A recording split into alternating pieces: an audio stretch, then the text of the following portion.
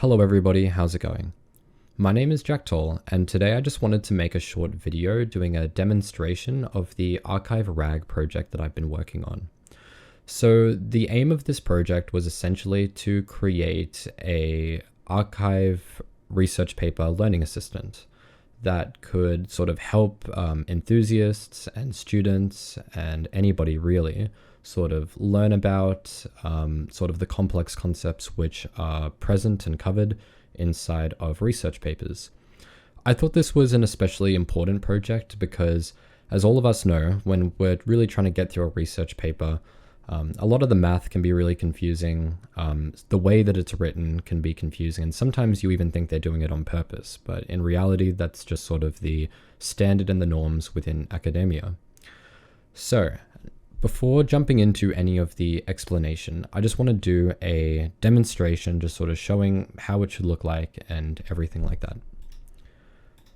So if we go onto my website, jacktoll.net, and I have a redirect from the arXiv Research Assistant subdomain, which essentially redirects to the arXivResearchAssistant.fly.dev URL, which is where my application, my Chainlit application, is currently being hosted.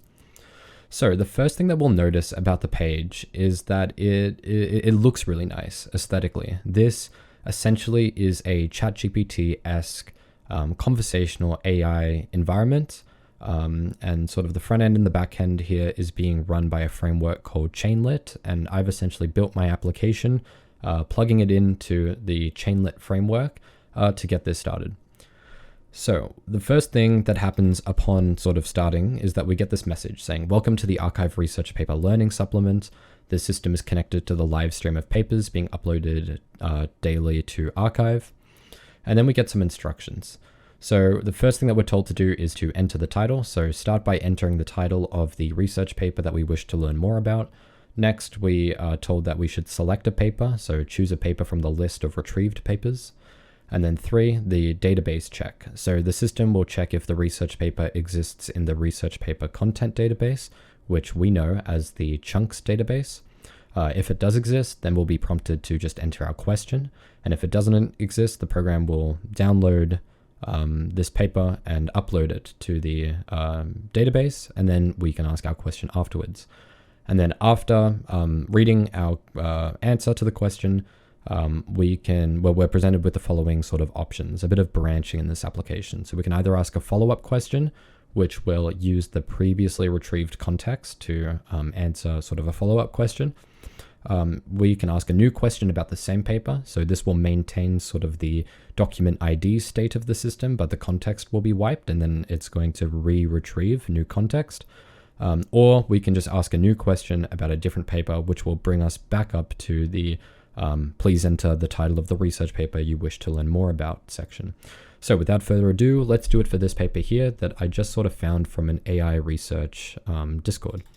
So exactly the same as was covered in the prototype. We're just going to copy the paper name and we're going to hit enter.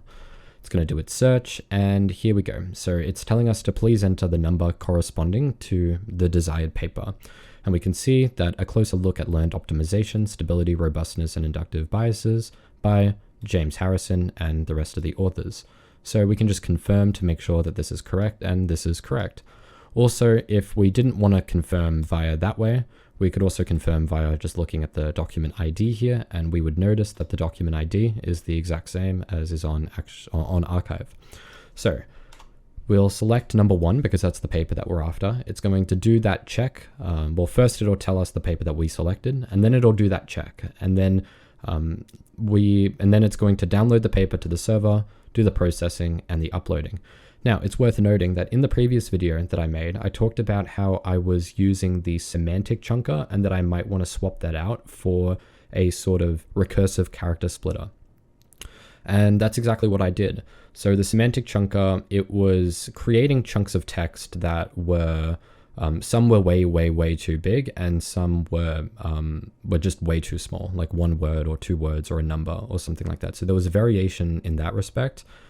Also, it was extremely slow, so having to actually initially split on sentences, embed the sentences, compare adjacent sentences, keeping an index of each sentence, and then sort of combining them and then uploading them, that takes forever, which was really something I was struggling with in sort of V1 of this deployment, because I wanted the application to be I wanted it to be quick and efficient. I didn't want people sort of waiting around for multiple minutes for their paper to upload when they know that there are options available where if you were to download the PDF manually, you could upload that to a ChatGPT instance, for example. But again, that would just be loading it all into context, and it wouldn't be any RAG on that. So yeah, I swapped it out with a recursive character splitter where it's 1,000 characters per chunk with a 50 character overlap. And that makes it go very quickly. And I also added something nice, which was a references stop word. So I didn't think that it was that important that we have in the chunks database any information about sort of the references for a research paper. That can be checked really easily, and it's just by clicking on the paper itself and scrolling down to the references section. So since I wanted this to just contain the content itself, after it sees the word references, keeping track of sort of where it is, like where this word shows up, it will use that as the stop word for the splitting, which is really nice. And I was half scared that it was going to preemptively cut off some research papers sometimes, but in practice I found that the word references only actually comes up when it's referring to the references section, like 99% of the time. So that was good. Anyway, our paper has downloaded, it's been processed, it's uploaded. So it's asking us to enter the question, so our question. So we can ask anything here, like always, but I'm just gonna, again, ask something simple. So I'm just gonna say, tell me about the paper and about a methodology within it. Hit enter. It's going to retrieve the context, and here we go. We get a overview of the paper. We get the key points in the paper, the methodology. We get mathematical formulations and conclusions. This is all rendered in Markdown natively into the application. Here we go. And what's really great is that after the LLM is done generating the response, here we get these nice buttons. So we always get the option to select one of the following options. So we can ask that follow-up question, we can ask a new question about the same paper, or we can ask about a different paper, right? So this is really nice because this gives a bit of the control back to the user on sort of what they want to do, how they want to direct this sort of interaction, whether they how they kind of want to move around the application, so to speak, which is a really nice addition. And I really love these sorts of buttons that Chainlit gives us the access of implementing into our conversational AI apps, because what's really nice is that it can, because of the asynchronous nature of it, it'll sort of just wait in this state for the user to sort of select an action. But also what's nice is that we can also save anything that the user inputs. So for example, when I'm inputting the actual paper itself, that's also really nice because we can ask the user to upload files, images, videos, audio, text, and we can sort of save that and manipulate it and interact with it however we want to in the application, which really gives this nice holistic experience to the user. Anyway, so yeah, we can ask a follow-up question. I'll ask a new question about the same paper and just say, tell me about the introduction and a key point within. Now, what I'm going to do is actually stop this generation here. So that's also that's another really nice feature that's given to us by Chainlit. So we get the option of sort of using an on-stop function callback. When the user clicks the button, we can stop the generation from the API. It'll tell us a system message that the task has been manually stopped, and then we can just run the send actions function, which will again display these actions to us. And then finally, I'll hit the ask about a different paper button, which again will just bring us it'll sort of clear the selected document ID, and it'll clear any context that is within the sort of session variables. And then this will allow us to enter a different paper. So just like in the other video, if I type reinforcement learning, we'll get reinforcement learning papers coming up. And so that's the application.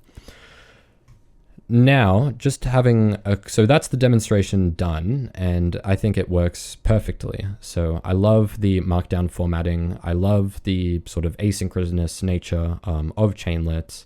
I love that we can render equations as well in LaTeX, which is amazing. These buttons are great, and also the markdown table here is nice. Now just seeing what the data sort of looks like in the backend. So I'm hosting with fly.io. So I created a fly.io application when in the fly CLI upon deployment. So here, if I click on the Archive Research Assistant project, we'll essentially see just some options on the left here and sort of some data about sort of the stats for the application at the moment. Now, I don't mess around a ton with a lot of the configuration or the machines or the volume because I don't need any persistent storage. And since this is all just doing API calls, I don't need to pay for additional sort of compute. I don't need any sort of cloud GPUs or cloud compute. It's really cool that just like when hosting with AWS or Google Cloud Engine or Hugging Face Spaces or something like that, for a given project, you can have your secret. So here I have my OpenAI API key, my Pinecone API key, my LangChain information as well, which is really great. And that's on a per project basis. Now, the tab that I do go on a lot is the live logs. Now, this is really nice because when I was actually programming it, I purposefully sort of added a lot of logging just so I'm always aware of sort of the current state and I can see if anything goes wrong. So we can see here that for what I just typed, reinforcement learning, we can see searching for metadata with query reinforcement learning. We can see the call that it made to the OpenAI embedding model, which embedded this and then did the similarity search. And then we can see what the results are for that similarity search. What's also really nice is when we ask that question, tell me about the introduction and a key point within, we can see the context that is retrieved as well. So this is 15. I set the K number to 15. So this is 15 chunks of context, which have been concatenated together into this one list. And this is what gets sent to the inference model. So there you have it. We have this application that's being hosted, that's doing retrieval. We've got the metadata pipeline set up so we can always add new papers for into the metadata database on a daily basis, which is really nice. And so that's the project done and the demonstration finished. So I wanted to thank all of you who are currently listening to this for taking the time to watch and listen to this video and the last one as well, presumably. If you're finding this through the blog post that I created, thank you for reading part 3 of this post. And I assume you read the other ones too. So I appreciate you taking the time. And I look forward to doing some more work and sort of sharing this with you in the future as well. So have a great day.